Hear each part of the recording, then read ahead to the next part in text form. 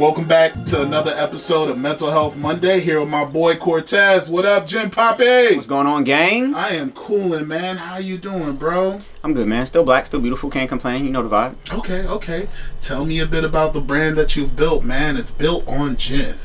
The brand that I've built, Gin Papi. It just starts like, just living my little life, just being out in the streets. I started off as brunch Papi because I'm always outside trying to get some bottomless mimosas. Used to drink J-Mo, be in the streets, real rock star shit, whiskey, bourbon, blah, blah, blah. Yeah. Then, just one day, I just switched to gin and just became just deep in it. Like, obviously everybody starts like your Seagrams and your Bombays and your Hendrix. And I started the podcast, the Gin Papi podcast, which made me like really start looking at different types of gins. A couple of my friends working in like distilleries, and they would try to put me on. Like a lot of my friends are in the service industry, bars, etc., etc. So I would like come in. People like, oh, you want to try this gin? Like, sure. Yeah. And then that I just started getting deeper and deeper into it. So like barrel aged gin. Like if you just like brown, you can still get brown gin, clear gin, purple gin, orange gin. Like I have become like the gin guy. Between these, like, is there like a certain palate flavor that comes with like, let's say, barrel aged gin? Yeah. So of course, whiskey and all those things like that, they put it all in the barrel. That's why it comes out brown. So it sits there. That's how it ferments. That's how you really get it to give it that brown. So for whatever reason, I guess just to give it color, people would do the same thing with gin. So usually people pick a side when they start to drink. When you become an adult, you go clear, you go brown. I am like, clear, I am brown. Yeah, and then like the deeper you get into it, you kind of realize that like if you can do brown and still have like a clear drink if you want. So it's like that. And yes, of course, like depending on the botanicals and stuff that they put in it, that's how it'll change in the flavor and like how rough it is. Can you give an example of a botanical? Well, like all of them have like juniper berries in it. So, and it also has like these greens. That's why if you ever drink gin, it kind of tastes a little leafy. Yeah. So that's what it is. It's the berries and the leaves in it that kind of give it that taste. But gin, in my experience and me talking to people, like people say they don't know how to drink gin because it's so rough. If you just put gin on ice or gin with like tonic or Sprite, which usually people will do, it is a little rough. But if you actually like cocktail it, like if you have somebody who knows how to make a cocktail, gin is probably the best thing to make a cocktail with. It's easily maskable when you put a whole bunch of things to make like a nice drink. But if you just at the dive bar just trying to get it cracking, it's gonna get a little rough. It's gonna be a little harsh. But I've been doing it for so long, like now it's second nature. Yeah. So it's just kind of became my thing. And then, like I said, when I started the podcast, I just started trying to bring new gins to the podcast for like people that were coming up. And then it just got me deeper into like, oh, I've got this one, I've got this gin. And I just happened to have like a really nice liquor store that was like right down the street. They would like bring in new gins all the time. So I'll walk in, they'd be like, hey, we got this new thing, we got this new one, we got this new one. So I'll be able to try different stuff. And that's kind of how I got to see the different tastes and like what's in it and which ones I could really make a drink with, and which ones like you can put this one on the rocks. Some of them are very dangerous. You cannot just drink this by itself. Other ones you can really shake it up. So yeah. Did you ever build relationships with folks through this whole process? Through that process, I didn't. I was originally, it was just kind of, I just like gin, so this is what we're gonna do. Yeah. And the more I got into it as the podcast went, it was just kind of like, okay, no, I really do like gin, and it's a really cute name, but now like I'm really in my bag. Yeah. So, I built one relationship with a distiller that gave me a few things to try. They gave me like, oh, if you want to order from us, we'll give you off, so that way we can keep it pushing. But not really like brand deals as much. But yeah, I got a chance to really get into like my gin bag in the pandemic. Okay. So it was fun. It was cool. All right. So I was on one of your episodes. You were? Yeah, for the Gin Papi podcast, and that was fascinating to me because I didn't know the setup. It's very possible to listen to someone's show and not get the setup. Like, what direction are we going in? But you can tell, there's something nice here. The host is nice. Man in the background on the audio is nice. My man, the main host is good. Oh, we're not going to give him a compliment. We can compliment him. Shout out to DJ Murata, world-class DJ. And I like what you guys did in terms of blending mental health into that particular sit-down. So what inspired the concept behind what you plan on talking about for that show? For that particular one? Nah, just in general. Just in general. So originally I started my podcast like everybody else, right? We was all in the house. We were sitting down. Originally the idea was like, I'm going to sit down with my friends. We're going to get drunk and just talk shit and have fun. That's how it started. Like my first episode was like bro code. We literally were just in the house, people in the crib. We all poured up drinks, got drunk, talk shit. Funny episode, terrible podcast. So it was like we can sit down and we can have these conversations and it's going to be fun because like these are my friends, these are my folks. So if you've ever sat around us, you know it can go left in like a good way. Like it can get silly, it can get super fun. Sometimes it can get super deep just depending on how we are. So the more that I really got into like learning how to podcast and learning how to put episodes together, it was kind of like, okay, we're going to have fun. We're going to talk about all the funny things that we see on the internet and what's happening in our lives. But at some point in time, we have to get serious. So you were the one who made that decision. It was a team thing. So like essentially what we would do is we would sit down and be like, okay, this week, what's going on in the culture of like us? Like Twitter, Instagram, life, television, whatever. Twitter will give you topics. It was like, all right, here's the things that we want to stay away from because some stuff it's a convoluted topic. $200 dates, all that good stuff. So some of the stuff, the noise is just too big. So we would try to pick the big overarching thing that everyone's talking about, but try to break it down a little bit. So I think at the time when we did our episode, I want to say either it was a big thing that like we all need to go to therapy conversation kind of thing. So that conversation just happened to be happening in the house. It was happening around us, like in general. People were, mental health was like a big conversation, and it had been a big conversation throughout the pandemic because everyone was going through their own shit. So it's like we all need to figure out how we're going to get better. How are we going to look on the back end of this? It's like, okay, so who do we know that we can talk to, and it can be a regular sit down, but also we can give really good resources. Me, Yoko, and Ant were kind of like, okay, who do we know? Let's bring in Juice because we already know that you do get home safe and you have Mental Health Mondays. So it was like, this is someone that we can have a regular conversation with, but they also know what they're talking about because sometimes we don't know shit. We just be talking, but it's conversation like we would talk to anybody else. It's just our thoughts, opinions. We just trying to help everybody get it together. So it's like in the moments where we are getting to a point where it's like, all right, maybe we don't know shit. We have somebody right here, but the conversation is still conversational. You know what I'm saying? So that's how that came about. Okay. So the reason that was fascinating to me is I thought we was gonna come, sit down, drink gin. That was gonna be it, crack jokes. So when we talked about mental health, fun fact, when I go on other people's podcasts, I don't expect to talk about my platform. So the usual thought process for most folks is if I'm going on someone's podcast, this is an opportunity to advertise my brand. But for me, not every opportunity is a good opportunity. So it's about feeling out the room. What are we talking about? Not forcing the subject and just being present. Because like, for me, it's just a great opportunity to see how do other people's things work. What can I learn here, and can I apply any of this to like what I've created so far? Gotcha. So the space you guys created was amazing. And then also I think Marauder's story to me was one of the most important takeaways from that talk, because we hear a lot of success stories when it comes to therapy, but we don't hear enough this was a disappointing experience and I've tried multiple times with multiple people's stories. Yes. Because like I think that was probably the first time you heard me say therapy is like dating. So you're going to have to try until you find the right fit. But also you have a limit. I'm here to get help. Yeah. So if I got to keep trying with different people and I'm not receiving the help, I am not going to feel like I'm going to find the help that I need. For sure. So what are your thoughts on that when it comes to like therapy and getting the therapist? I think there is a level of therapy that we all need. There's a level of getting it off your chest, talking to somebody. And I think for a lot of us, we think that we should have the availability to just talk to those people around us. Yeah. So it's a lot easier to say, I don't necessarily need to go to therapy because I know what I want to say and I can say it to you.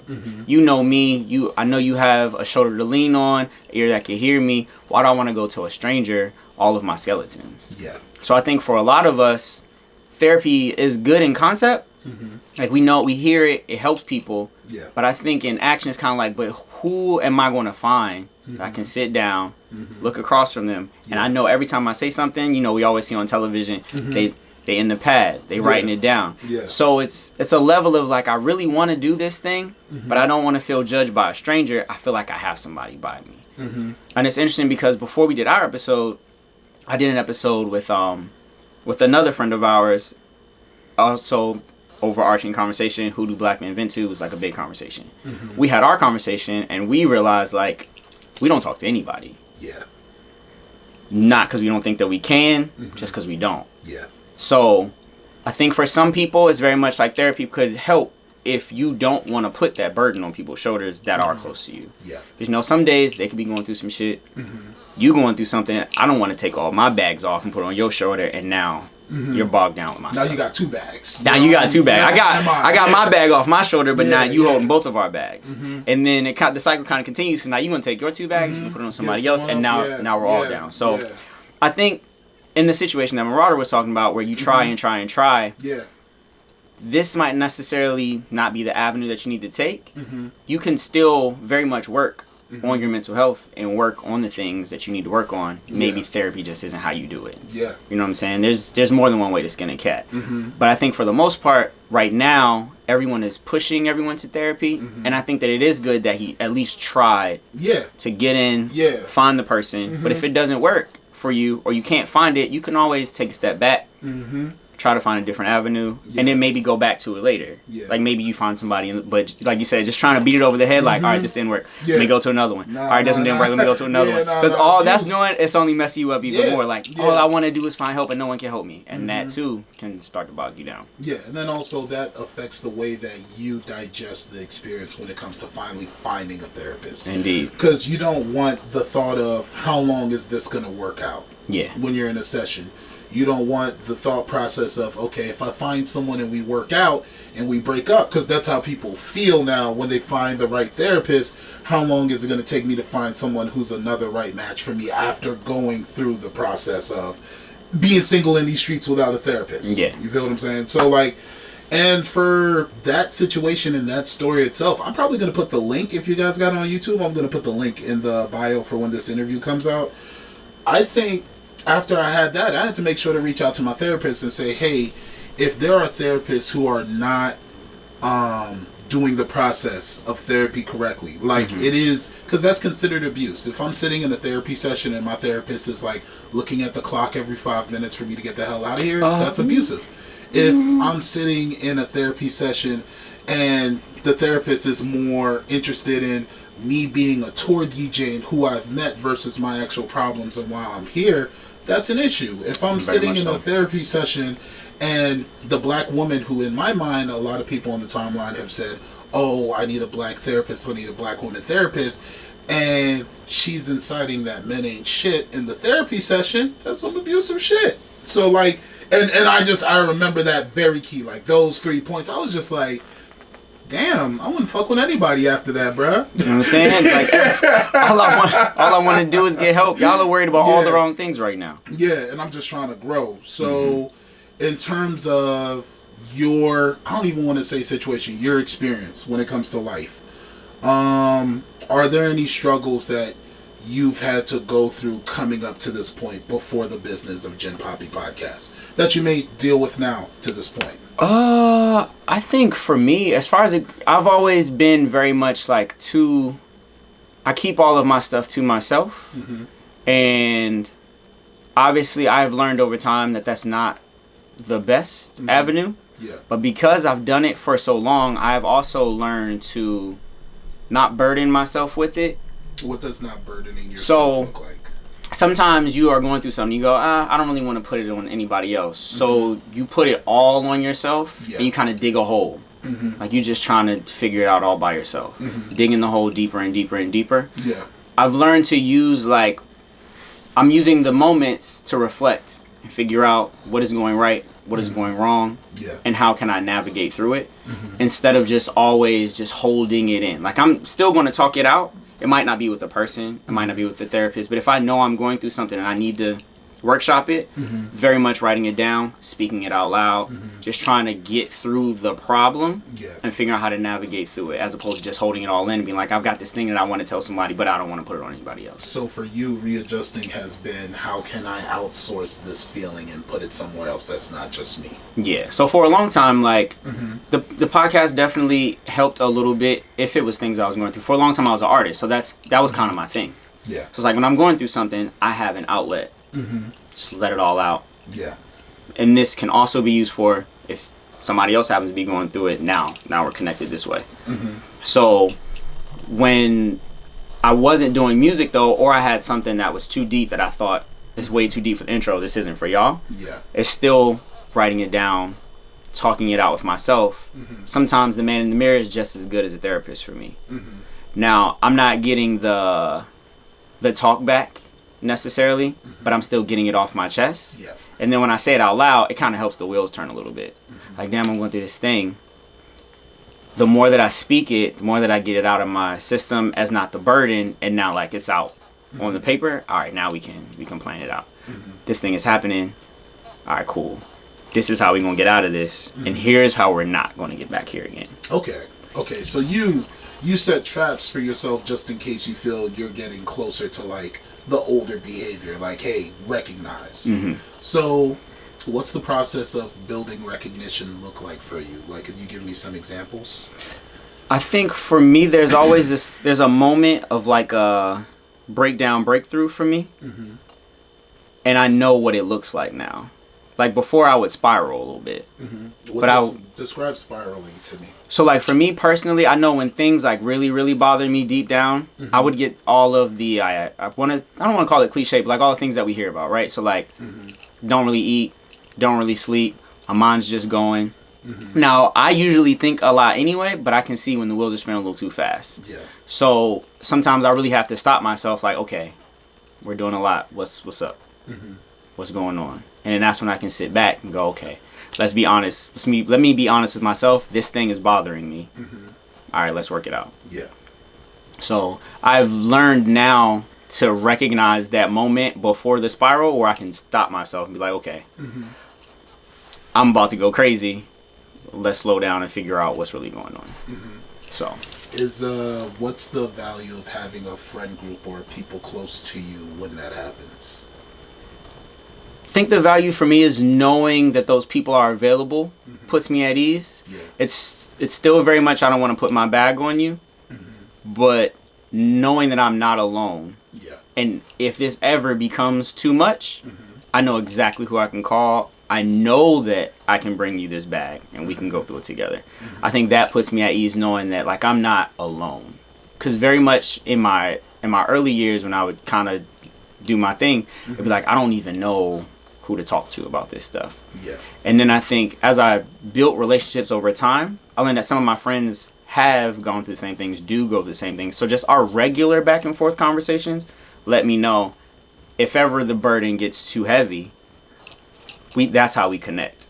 So I can always bring this to you. Yeah. But I'm gonna bring this to you when I know that it's too big for me.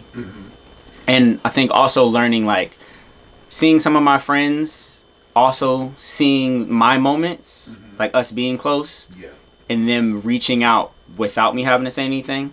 It's kind of like, all right, I can also recognize if somebody else says something to me sometimes. Like, hey, you good?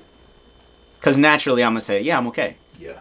But then when I go back, I should probably go, am I good though? Because if they had to ask, it's clearly written all over my face. Yeah. So let's do some digging real quick, because clearly we're not there yet. There's a moment, right? Yeah, it's happening. Yeah, for sure. Yeah, and I've had a couple of moments like that in my life, like especially in my current years. Like when things go wrong, I'll do something like out of the ordinary, and my friends will definitely go, like, "Yo, you good?" And then that's when I get a moment like, "Damn, all right, all right." If it's that clear, I might be wilding a little bit. I need to restart, reprocess. But yeah, for sure. I think that part of having the community around me is important, because in those moments, maybe when I don't see it myself, I've got my people. It's like, hey, we can talk. Like, I know. I appreciate that. Yeah. But now that you've done that, I know I need to take whatever is going on seriously for me. Is there ever a point after people check in on you that you should ask for space to feel through what's going on? Yes. I think for me it's a natural space thing. Mm-hmm. Like usually when I am in my bag and I take the space naturally, mm-hmm. and depending on, I've matured to a space now, but depending on how much space I need, then I'll let people know. Mm-hmm. Like, hey, I'm going through something right now. I just want you to know I'm gonna disappear for a little bit. Yeah. I'm gonna be away for a little bit. So you give heads up. You let them know, like, hey, this is on purpose. Yeah, for sure. Like, yo, when you hit me and I be like, nah, mm-hmm. not this time.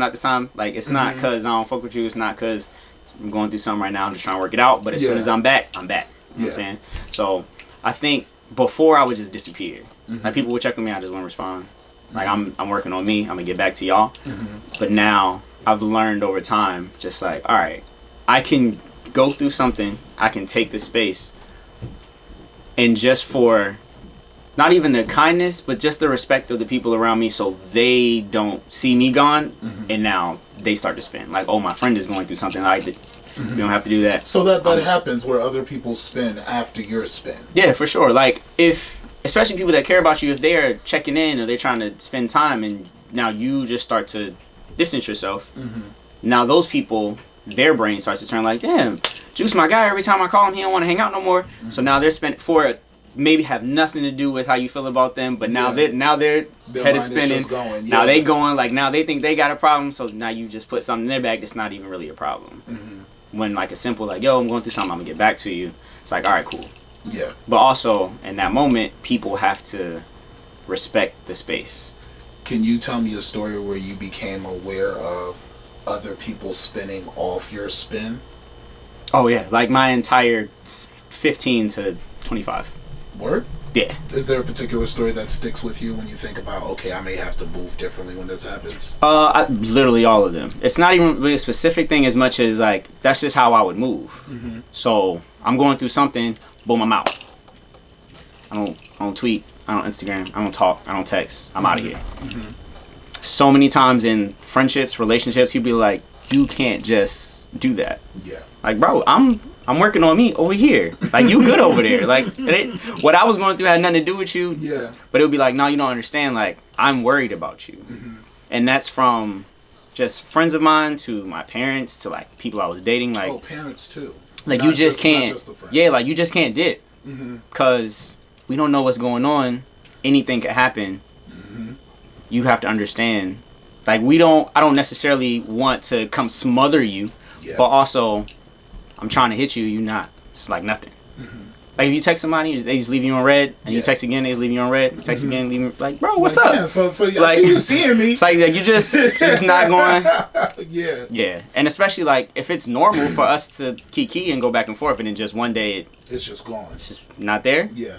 So very much like it was a thing that I used to just be like, nah, that's just me. Mm-hmm. You can do it or you can't. Yeah. And then more important. Well, not more important, but the mature I got, I would see like, all right, this is really affecting people as well. Yeah. It's like, I know I'm going through mine, but if I shun people while I'm going through it, now they too are going through something because of me. And that's never what I wanted to do. I was just trying to work on me over here. But I very much have like a cave way of like working through my stuff. Like I'm going to go over here, I'm going to work it out, and then I'm going to come back out into the sunshine. I'm going to hang out with y'all. But in the meantime, in between time, while I'm working through it, I need to be like focused. Yeah. So all the extra noise doesn't really help in the process. So when you do finally get that moment to focus, what does focusing in your private look like for you? Like, you already told me about journaling and getting rid of things, but when you look back, how do you implement a new habit? The new habits kind of work where if the things that I'm already doing aren't working, then I'm like, all right, I tried this thing that usually works for me. I've tried this thing that usually works for me. Yeah. They're not working. Let's try to find a new way. And that kind of goes back to the thing that I was saying with like, if therapy doesn't work, there are other avenues for you to, so like, all right, I tried writing it down, that didn't work. Cool. I tried talking to the man in the mirror about it, that didn't work. Cool. So now I'm like, all right, let me try to find a different resource, and me trying to find a different way. So it's very much always even when I'm not really going through it, always finding another way to, if I get here again, or if I'm going through something, what are a plethora of ways we can get through it? So that way I have it in my head, like if the ways that I don't work, I've already got another tool. I might not use it all the time, but the tool is still available. Mm-hmm. So when I started very much taking my mental health seriously, I would just look up stuff. Like, yo, what's another way just to calm down? What's another way to find peace, to find center? Mm-hmm. Might not do it right now, but if I get to that place, I know that these options are available. Mm-hmm. So I try to keep aware when I'm on the up. Mm-hmm. They're like, yo, let's also find some ways to make sure that we good when we on the down. So you can't allow yourself to get too high or too low. Yeah. Okay. For sure. Okay. I try to keep it at like a place of staying even keeled. Mm-hmm. You know, life throws things at you, the good and the bad. Yeah. You just accept it as for what it is, and then you just work through it. So in the good times, I'm going to appreciate, like, this is a moment, but I can't hang my hat on the high, because the low is eventually going to come. Yeah. So I'm going to appreciate that. So I know also in my head, like, when the low comes, we're not always going to be here. Can you see the low in the distance? I try not to see the low in the distance, because then I feel like I look forward to it. So you try not to look into the abyss. I try to stay in the moment. Yeah. Like it may or may not come, but I know that lows happen. So while I'm right here, we good. We gonna appreciate the good. Sometimes it's just okay. Yeah. We at the okay. Sometimes we at low. All right, we low right now, but this isn't where we're going. We're never gonna stay here. But I don't try to look forward to the high. I don't try to look forward to the low. Yeah. So sure. Whatever the day gives you, you're just like, we just taking the day as it comes. Yeah. Because all I have is right now. So if it gets bad, all right, cool. It's bad. Boom. Let's get out of here though. Yeah. Because we can't stay here. And when it's high, we gonna relish in the moment. We on the up and up. Cool. Yeah. Bad. Okay. Is there any advice you would give to someone who would want to be there for a friend like you? If I were dealing with me, I know that I think the people that are in my life do a really good job. Especially like my closer women friends do a really good job with when I am going through something. I don't want to just put them on, because my guy friends do the same thing. When they can see, or if they notice, or maybe sometimes I'll tell them like I'm going through something, them allowing me the space, but also reminding me that they have my back is good for me. Okay. So like, I know that you got it. Like, it's cool. But I mean, like, okay, I'm gonna let you rock, but whenever you're ready to talk, I'm here for you. Just them letting me know that, lo, I heard your boundary. I'm gonna let you be cool, and whenever you're ready to open up, I'm here for you. Yeah. Cause you know, sometimes people say, yo, I know that you're not like that, so I don't even wanna. Okay, got it.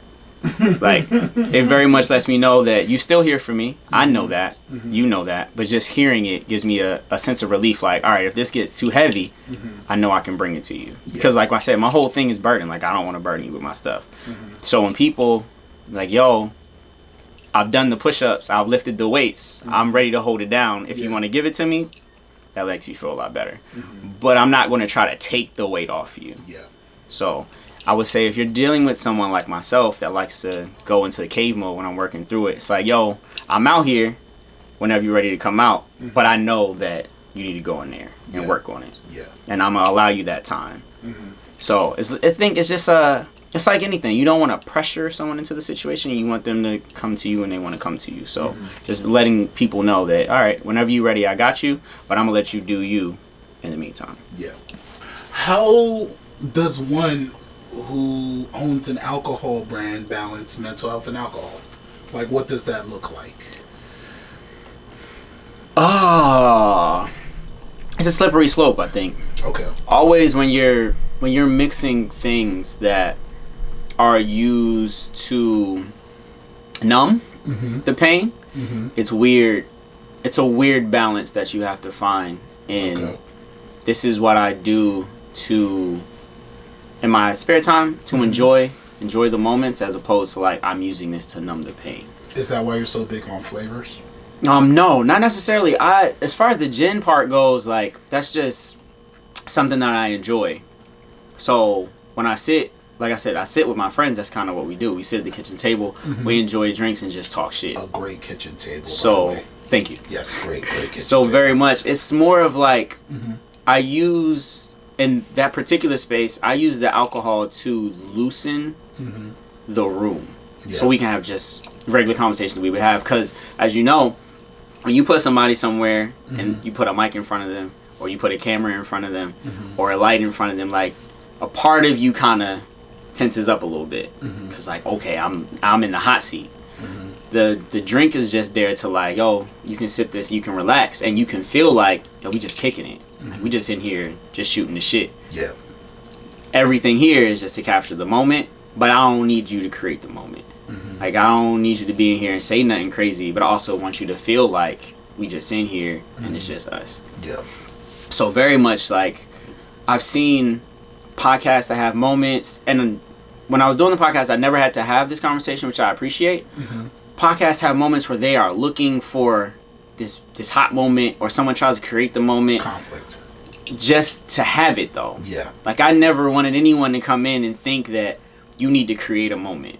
Like, if it happens, it happens. Yeah. That's why we just want to have regular conversations. We're going to have some ha-has, cool, make for a great clip, but don't come in here thinking that I want you to create the clip. Yeah. I just want to kick it with you. We just want to have a conversation. That's why in the beginning I just wanted to talk to my friends, because they know I don't want you to come in here and get canceled for nothing. We just going to kick it. We going to talk. Yeah. I've had conversations with you before. I know your personality.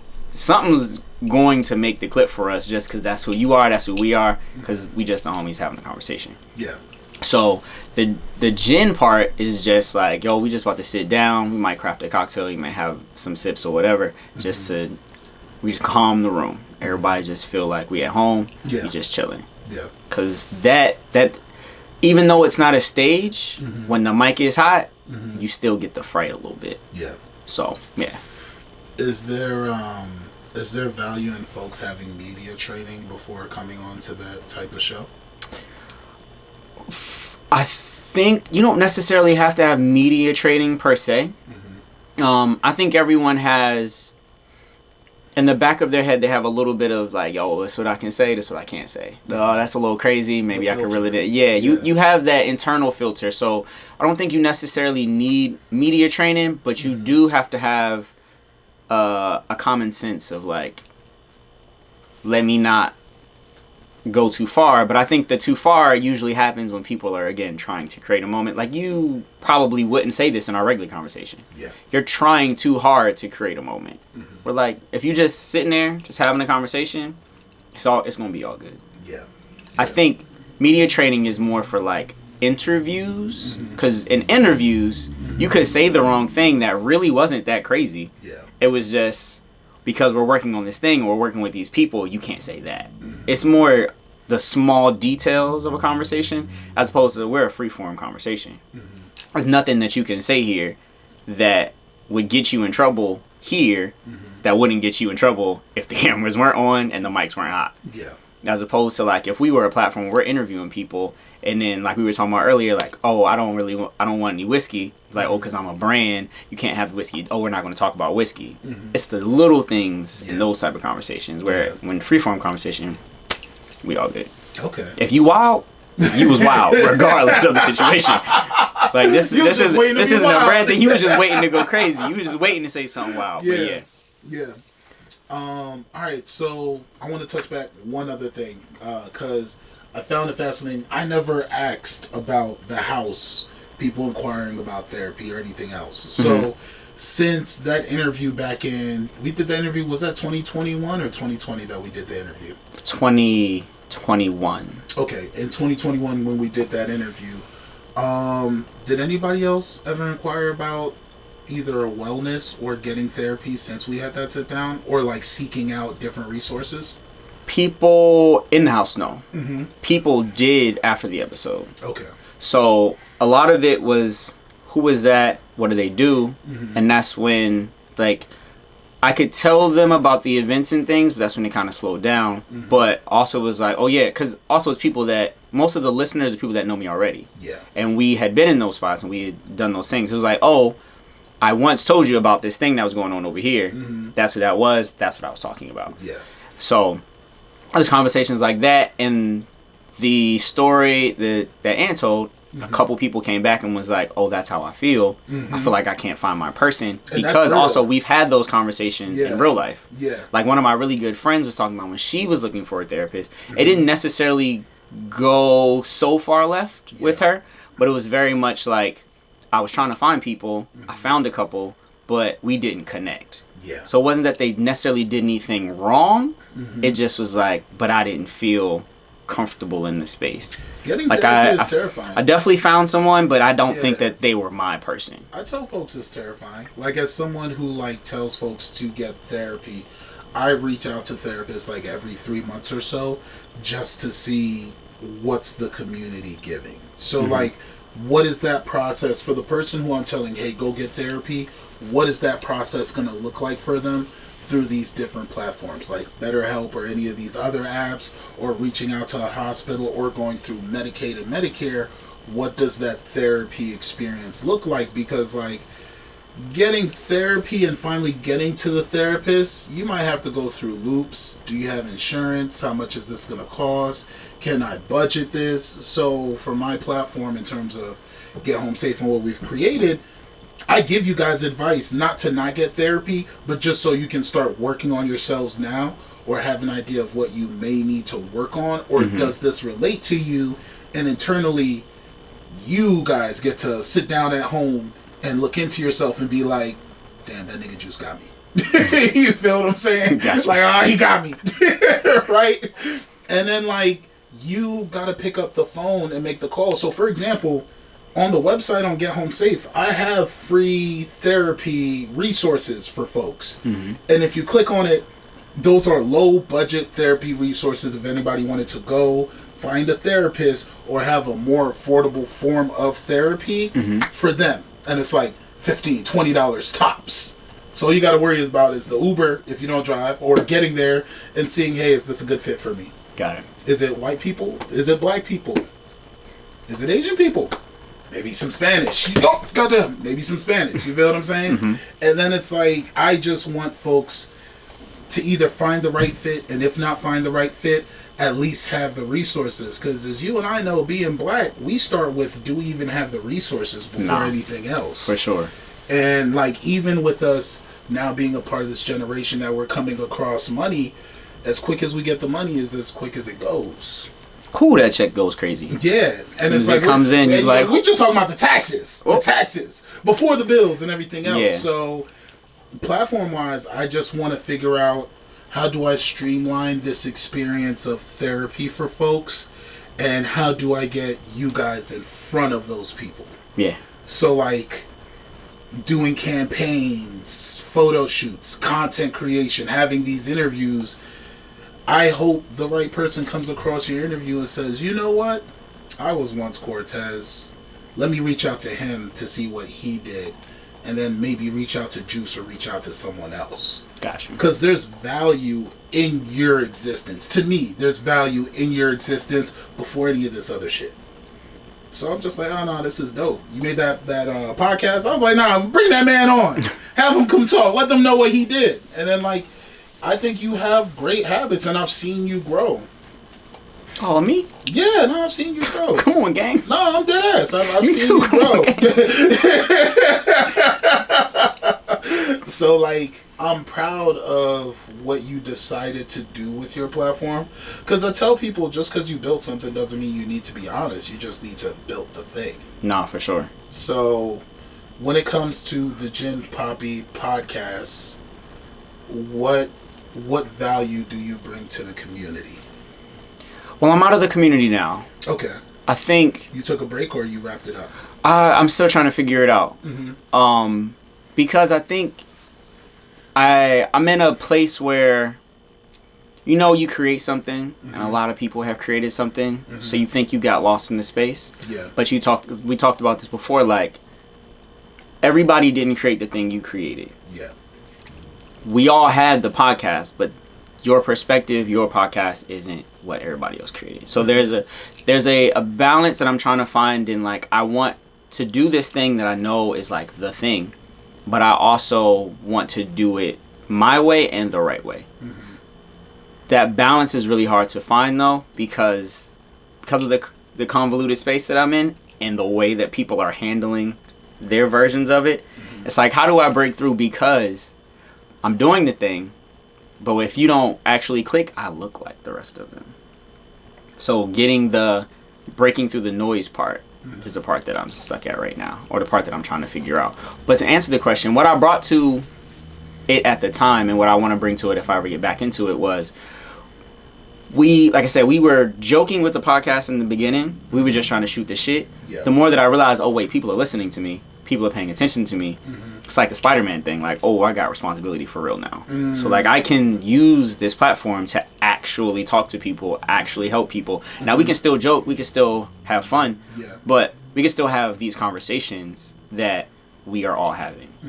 So there are very much situations where it was like, okay, we're going to talk about some fun shit, but we also need to make sure that we touch on like why this is not okay or why we feel this way. Like we had the fuck Steve Harvey episode, joking around. Steve Harvey was talking about men and women can't be friends, blah blah blah blah blah. So we played with it, but also while we're having fun and we're joking and shit, we also need to talk about why that's a problem. Yeah. Why this type of rhetoric is very much not what we need in the community, especially from someone who has kind of put himself at the top, talking not down to, but talking to the people from like the heights. Yeah. Like, oh, I made it up here. You can be like me, but spewing bullshit from the top is like, oh wait, maybe he's right because I'm looking up. Yeah. So we're gonna have fun, but we also want to break down these things, try to help people get to these situations and have these conversations in not a serious way, but there are very serious undertones to these conversations. What's the weight behind your words being listened to and valued by people? I realized that like when you're just doing something for fun, you can kind of get lost in the fun and not ever hit the message. Yeah. So in the beginning it was like, oh, we just having fun, we just talking shit. But the more that I was doing it, I was like, oh wait, there's a message here that's important that we get that out before we finish, before we wrap, before we cut the episode. So I remember it was probably maybe about 10 or 15 episodes in, I was like, oh, I need to make sure that this is kind of like an Aesop fable. Like, we're going to have the fun, we're going to tell the story. When I get to the end, though, I got to let you know. So in closing, like, but don't forget, after all that we said, this is why we had this conversation, because there's a grand point here. And also just trying to, like, shed light on maybe some things or a perspective that people weren't really thinking about. And trying to bring people in to balance that perspective. Like, I want to have conversations about like, oh, dating and relationships, but I don't just want to sit with all of my niggas and be like, hey yo, what's wrong with dating? Because now we're all just talking to each other about dating, but it's just us. Yeah. So like, okay, maybe actually call like some of my lady friends, let's sit in, let's go back and forth, let's have the conversation. And it was good to have people that I had relationships with, because I know we're not yelling at each other or yelling into the void. Like, I'm just talking to you like I would talk to you about any other time. Yeah. And I thought that was important.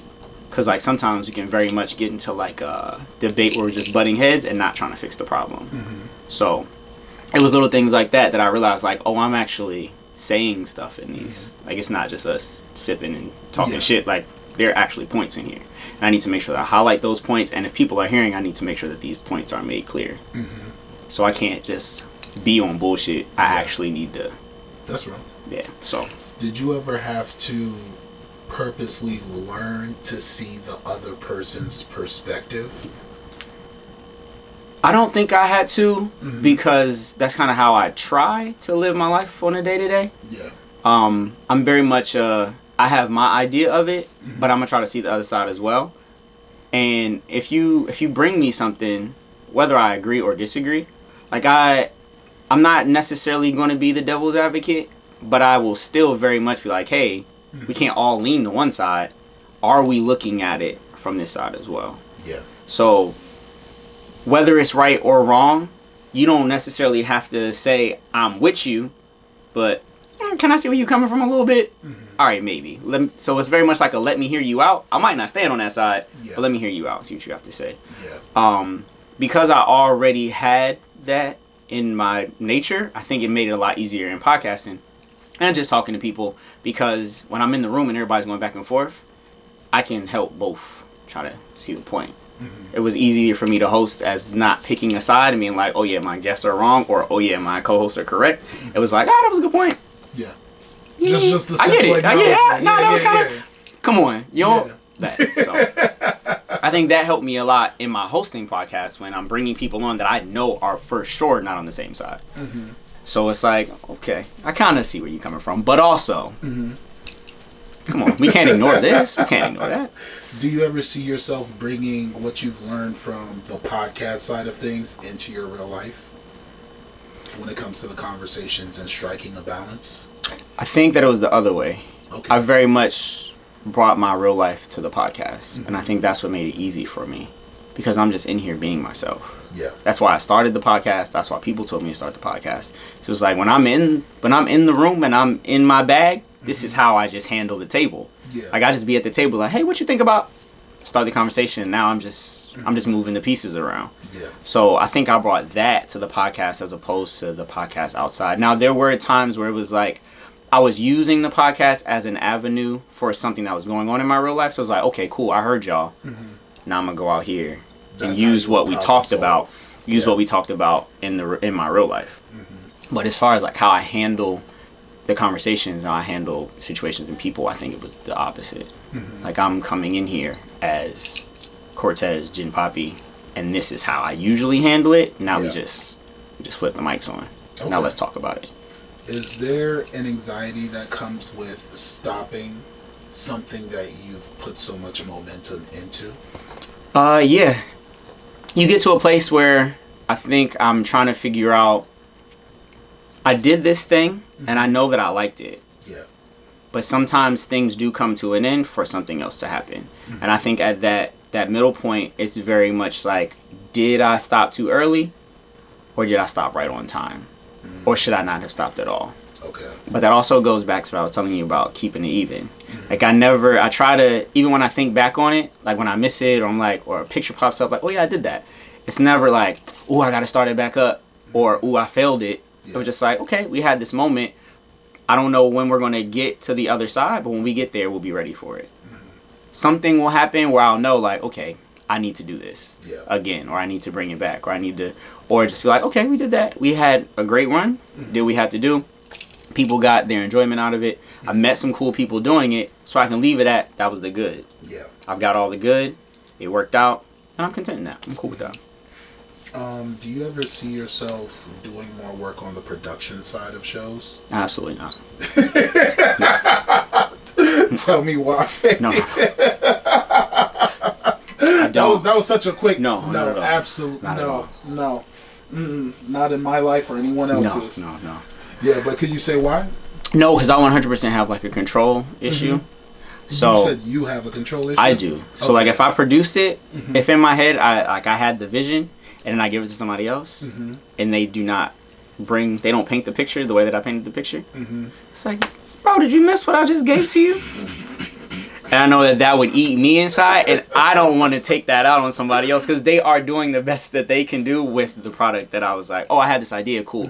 Here are all the pieces, here are the ideas, make it happen. And then you put it together, it's just like, bro, that is not the vision that I had. But it's not really about that for people that are putting stuff together. It's like you give people the pieces to create their version of your ideas. So during that time period, were you creating through it? Because what I'm hearing is, and I think this is something that's not acknowledged enough about folks, you build a relationship with the podcast itself, not just the people you're doing interviews with. For sure. So when it comes to the relationship that you've built with the podcast, would you say you had a healthy relationship with the Gin Papi podcast when you built that as it went? Yeah, for sure. I think it actually got better. Okay. When we first started it was very much a thought that someone gave to me, and I was like, okay, we could work with it. I'm not mad at that. We got nothing else to do. Let's get it done. And I think the more that I did it, it became more of like my thing. Like the idea of like doing a podcast was a cool idea. I'd heard a podcast before. I had listened to podcasts before. It's like, but I don't know if I want to do it. Then someone explained it to me like, oh, you should do this because XYZ. So reluctantly, I was like, we could do it. We got the instruments, got the equipment, we did it. And the more that I did it, was more like, okay, this might be my thing. And it became more of like my baby. Yeah. Like, okay, cool, I really do enjoy this. And the more that I got into it, it was like, oh no, I really like this. And then with everything, when you create something, like, you know, there's the ups and downs of creation. Yeah. But anytime it went well or anytime it didn't do well, it was like, but I still have my thing that I enjoy. You know what I'm saying? It was like a kid. Like, your kid is good and you're proud of them, and your kid is bad and it's like, you did that, but but you still mine. Yeah, I still got you. I still got you. You still my kid. So it became something like that. Like, very much like, ooh, okay. Every week was like so fun. Like, let me just see how it goes. So when it went well, it was like, all right, thanks guys for supporting me. And when it didn't, it was like, all right, cool, but I'm glad I got it out. So it was like that. Would you see yourself working on other people's shows if you decide not to go back and reinvigorate the Gin Papi podcast? Other people's shows, how? Like, let's say you decided to be a co-host because you feel there's still a perspective that you can give folks, but you don't want to do it on your own. Got you. I wouldn't mind being a co-host, pending. Yeah, what would it pen? Co-hosting wouldn't be too bad. It would, like, pending the show and how we're going to handle it. But yeah, I wouldn't mind being a co-host.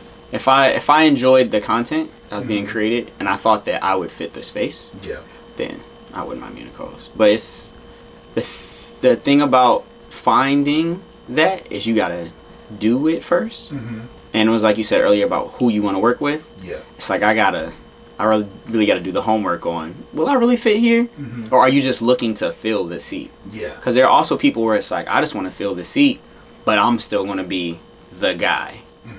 Like, you're just gonna be here to be like my Robin, as opposed to like, we're gonna build this thing. Yeah. So yeah. When it came to the relationship side of things, from what I saw, you guys had amazing chemistry. Like, I think back to that day because, you know, for me, I had concepts like snacks with Coop and I. I had a Mental Health Monday, which originally was supposed to be with Ryan and I, but I saw the uptick of COVID because that was the beginning of COVID. We shot that like 2019, right on the nose before COVID hit. I was like, I have these shows because for me, Get Home Safe was supposed to be a platform where we brought the therapist to the function, but if we weren't able to bring the therapist to the function, how do I still help the gears in people's minds move forward? So I was like, all right, create a sit down, folks and I chatting on camera, we gonna do this. And then when I got on camera, I was like, oh, I belong here, but this is dangerous. And for me, it was dangerous because I grew up Jamaican. Jamaicans don't have a lot of filters. Gotcha. We are very concise. What we say is right. If we're wrong, we'll think about apologizing. You may not get it right now, but like, our experiences trump yours because I came from an island and now I'm here in America, so what's up? You feel me?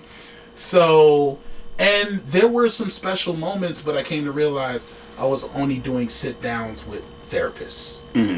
Because in order to build a relationship, there's this thing people do where will like an interview and they will start to build a relationship with you in their heads. So I wanted to speed that up. I was like, all right, I'm going to build a relationship for them. I'm going to put out these gems. And some of the gems work. Like, people either got business or got good advice off of the gems, right?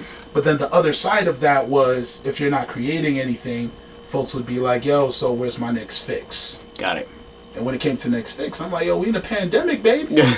But they was like, nah, but we see you out here protesting. I was like, with a mask, baby. The pictures, the mask is off. If you could do that, then you could do this. Yeah. And then I was like, all right, how do I bring that back? So, like, this interview to me has value because you're the first person to interview me as a mental health platform. So imagine you build something for years. You're going in the right direction. And a lot of folks don't realize this. Anybody I work with, you're told no before you're told yes. I don't mean the immediate people who you guys see me publicly working with. Understand, there are about 80 people in my life's process of I've reached out to work with, and the text messages and DMs have either been ignored or the calls have been, hey, I'm busy. So the few who have said yes to me, I value them, and I say I need to maximize this relationship and the relationship the public has with them. Got you. So I set up cameras, I set up lights. And then for folks like you, I'm like, but there's other people who need to have an opinion who actually go through it that have either created things or not created things at all. Mm-hmm. Like I have someone who has never done anything of value, quote unquote, according to like society, but they are struggling. And I'm like, no, your story needs to be heard. So how do we frame that story? How do you... My job isn't to get people to care about other folks. My job is to make sure people understand the other perspectives and how folks got there and what they went through. Mm-hmm. So for your stuff, I just appreciate it. I'm like, hey man, I'm proud of that, man. You feel what I'm saying? And we actually were supposed to do this twice, but I caught COVID like right before Christmas, and I was just like, damn, now I'm in the crib. And since then, I had to make a separate list, and I was like, we are going to have this talk. Got you. You feel me? And I think our experiences are a little different in like you had something before, mm-hmm. and then when we got into COVID, it mm-hmm. was like, hey, where's our stuff? I had 3 things. Where's our stuff? We need it. We know, mm-hmm. like you're a content creator. We need what you create because mm-hmm. I'm locked in now. Like, I've built a relationship where every week, every month, every whatever, I'm mm-hmm. ready to click, listen, see, come in. Mm-hmm. I think for us, the weird part was we started in COVID, mm-hmm. and then when COVID stopped is when we stopped. It was like, all right, now we're back. We're back to working. Like mm-hmm. everyone already had their stuff, but it was slow, so we were able to sit and have these conversations. And now it's like, yo, everyone's back. We back on the up and up. Because we started this thing when we was in the house. Mm-hmm. We all had lives outside of this. Yeah. And now that we're kind of like half in, half out. It's mm-hmm. like, oh, I kind of got to get back to. Like, oh, I gotta go. I got this over here. Mm-hmm. Yoko got that over there. Yeah. I got this over here. Like, we would love nothing more than to sit down here once mm-hmm. a week and like kick it and talk to y'all and send it out. Like, the message is like, hey, what's going on? I haven't seen it in a while. It's like, yo, I'm not gonna hold you. It's like, yo, life happened again. Mm-hmm. And when I figure out the balance that I didn't have to figure out before, mm-hmm. maybe we'll be back, maybe we won't, but I had a solid deal, but now mm-hmm. the foundation got shaken a little bit. Yeah.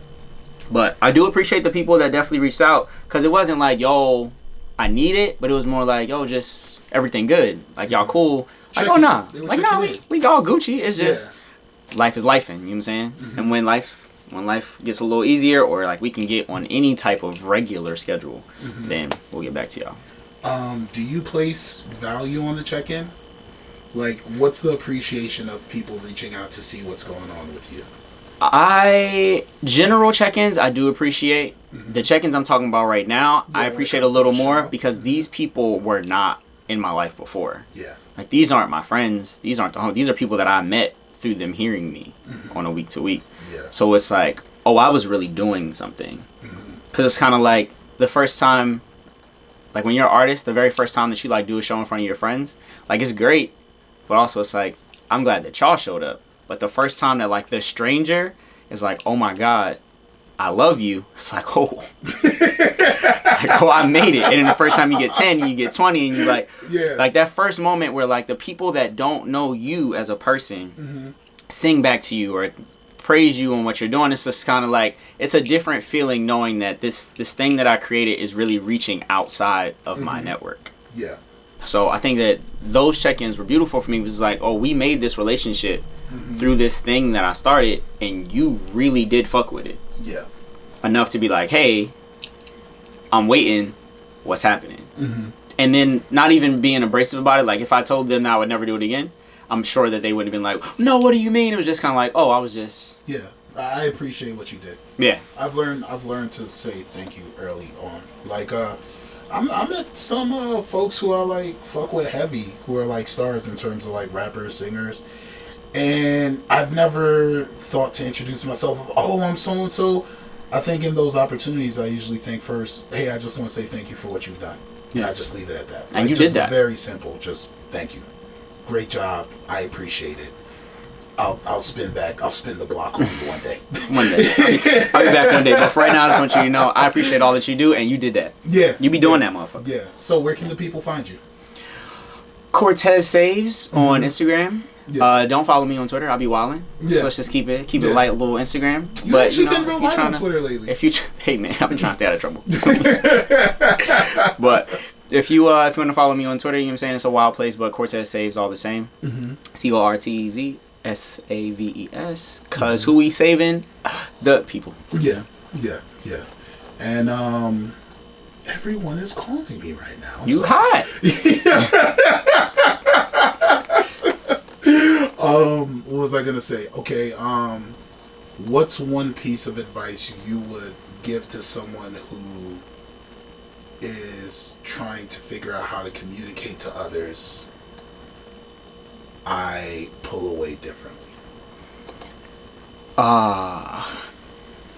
It's going to be hard, but being open is very much key. I think a lot of the times we get into like communication is key, and it just becomes like this thing that we just kind of all say.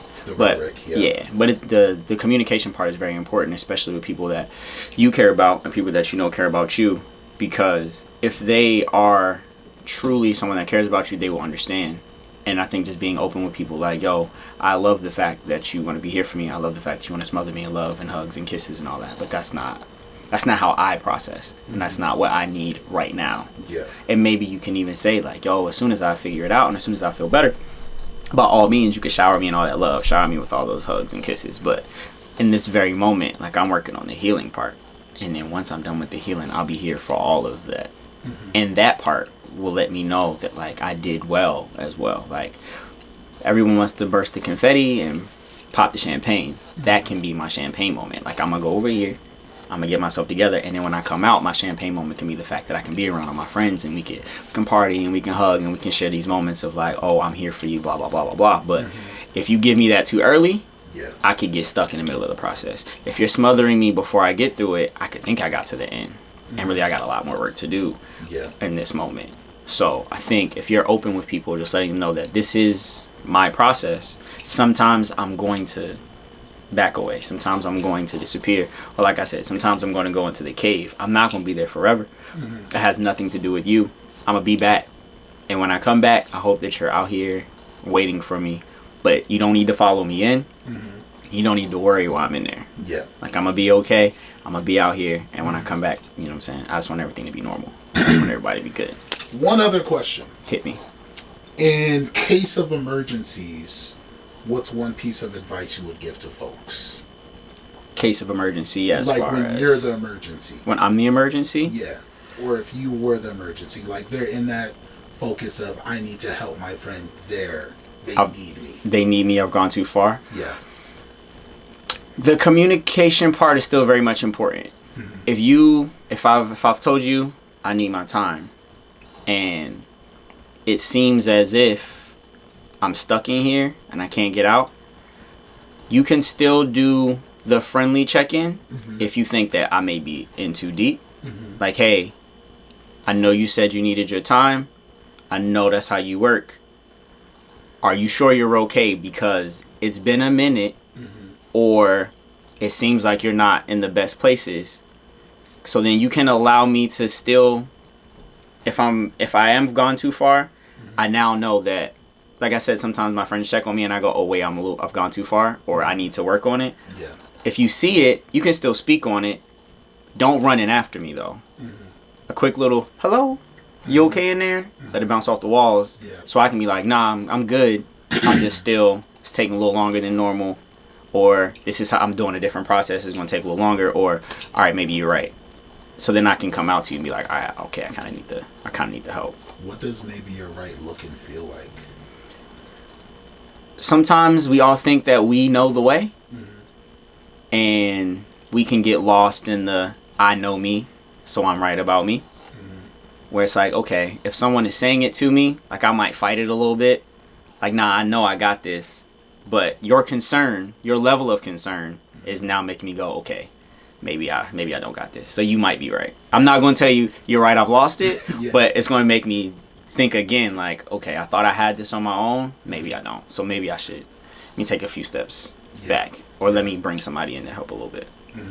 So I would say, in case of emergency, if you are dealing with someone like myself, or even if someone is somebody that just wants the hugs and the kisses and all that, and that's how they cope, if you give the hugs and kisses and it still feels like they didn't cope, that check-in of like, are you sure you're okay? Because we did all the stuff that we usually do, or we got it out the way that we usually get it out, but it still seems like you're a little off. Like, are you sure that you're good?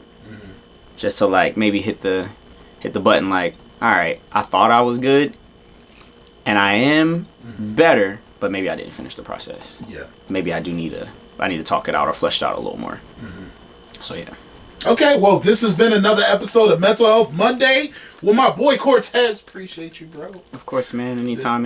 This was a great talk. I ranted. I did not care. I usually don't rant, but I was like, no, I'm a rant.